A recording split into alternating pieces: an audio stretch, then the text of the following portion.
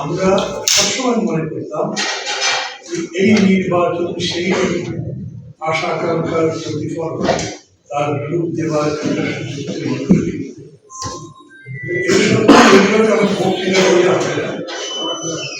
এই নির্বাচনের মধ্যে এমন কেউ ক্ষমতায় আসতে হবে, দায়িত্ব পেতে হবে যারা এই কাজগুলো বাস্তবায়ন করতে পারবে। আমরা আশা করেছিলাম যে রাজনৈতিক পরিবেশে এরকম থাকবে যে হারি জিতি নাহিদাজের মতো হয়তো একটা করে জিতল, কিন্তু যিনি জিতলেন না তিনিও তার অন্যান্য তফাৎ আছে।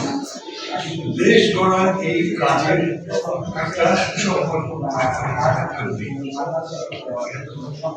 এখন পর্যন্ত সেই রকম সুবাতাস আছে তা নষ্ট হয়ে গেছে একদম তা বলছি না, তবে বিভিন্ন ধরনের ঘটনার মধ্যে দিয়ে মানুষের সেই আশা মরে না গেলেও ফিকে হয়েছে। আমি আশা করি এখন সেই আশা জাগিয়ে রাখা সম্ভব, সেই আশার বাস্তবায়ন করা সম্ভব। আমরা যে নতুন বাংলাদেশ বলেছি, বাংলাদেশের কথা বলেছি, আমরা যে এই আন্দোলন চলাকালীন আমরা যে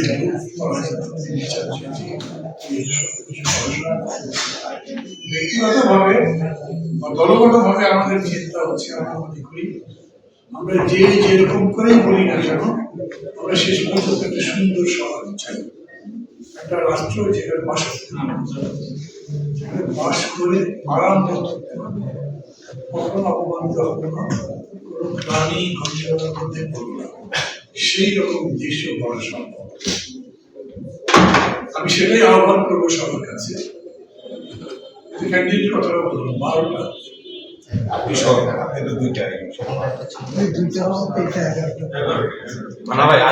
আমি 12টা ঘোষণা করেছি আসলে 12টা আসলেও যদি আমরা জিতি তারপর আমরা সরকার গঠন করবো, কিন্তু আমরা মনে করি যারা সরকার গঠন করবে তাদের কাছে আমরা এটা বলতে পারবো, এটাই হচ্ছে সেই সংগ্রাম, কিন্তু সেটাও একটা ইনক্লুসিভ ওয়েতে অন্তর্ভুক্তিমূলকভাবে আমরা এই জন্য মনে করছি যে আগামী দিন মূলত গণতন্ত্র নির্মাণের দিন, বৈষম্যমুক্ত দেশ নির্মাণের সময় মূলত জনগণের অধিকার প্রতিষ্ঠা। আর আমরা আমাদের দলের ম্যানিফেস্টো অনুযায়ী বলি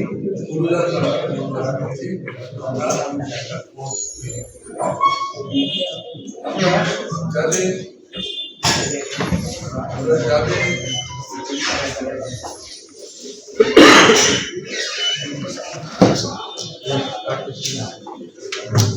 নাম ঘোষণা করেছি তাদের আরেকবার মাহমুদুর রহমান মান্না, ঢাকা 18। মাহমুদুর রহমান মান্না, বগুড়া 2। মুফাক্কিরুল ইসলাম জওয়াব, লাইনে বসে আছেন 5। একেবারে